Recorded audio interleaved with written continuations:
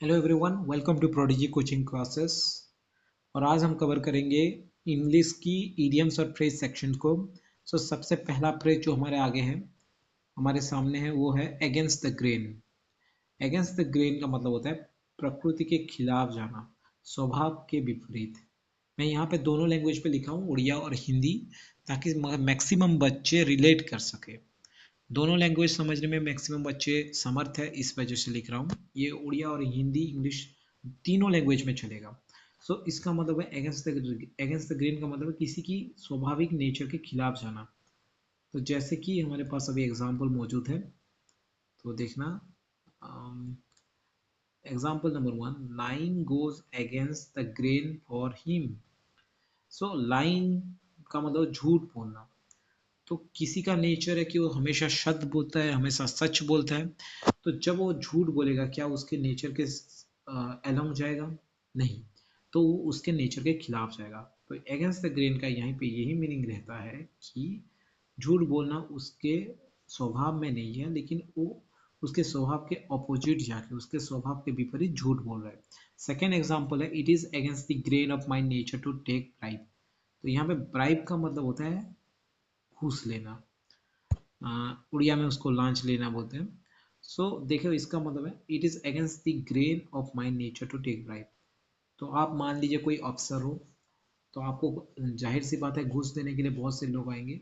लेकिन अगर आपका स्वभाव एक ईमानदार ऑफिसर का है, तो आप घूस नहीं लेंगे। ठीक है ना?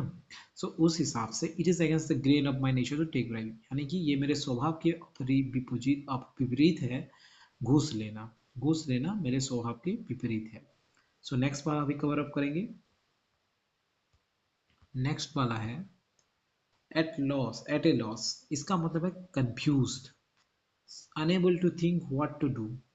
क्या करना चाहिए आप उस क्षण में, उस पल में आप बहुत कंफ्यूज हो। उड़िया में उसे बोलते हैं किंग कर्तव्य मूढ़ है वह। इट्स मीन क्या करे, कुछ समझ ना आना। ठीक है, तो उसका एग्जाम्पल लेते हैं। उसका एग्जाम्पल है, I was at A loss for word after hearing the news. मतलब एक न्यूज़ सुन के, उस समाचार को सुन के मैं समझ नहीं पाया क्या करूं। आई वॉज एट लॉस का मतलब वही है, कुछ कर नहीं पाना, समझ में ना आना, कैसे उस सिचुएशन को हैंडल किया जाए। सेकेंड है, teacher was at loss when no one answered. तो टीचर, जाहिर सी बात है, जब एक स्टूडेंट्स आंसर नहीं देते, तो उसमें टीचर को उसको एक सदमा पहुंचता है। इतना अच्छे से अगर वो एक अच्छा टीचर होगा तभी जाके, जो कि हम है प्रोडिजी में, हम अपने बच्चों को बहुत केयर करते हैं।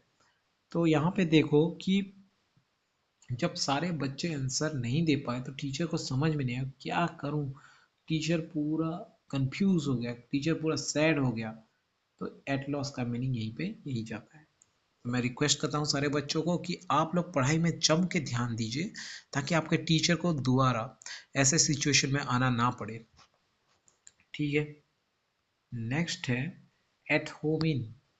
एट होम इन का मतलब है किसी भी चीज में एक्सपर्ट होना। ठीक है, जैसे कि रमन, यहाँ पे मैं सीवी रमन की बात करूँ, Raman is at home in physics.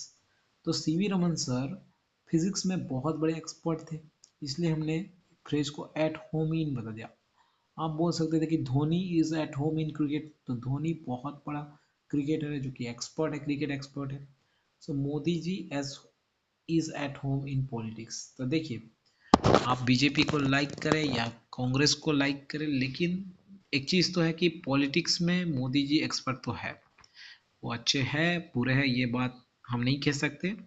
लेकिन उनमें ये तो है कि वो पॉलिटिक्स में माहिर है। तो किसी भी चीज़ में अगर आप उसमें माहिर हो, किसी भी चीज़ में अगर आप उसमें माहिर हो, सॉरी, सो उस चीज़ में हम लगा सकते हैं at home in. Thank you so much for joining our session. It was a wonderful session. बने रहे हमारे साथ, लाइक करें, सब्सक्राइब करें और शेयर भी करें।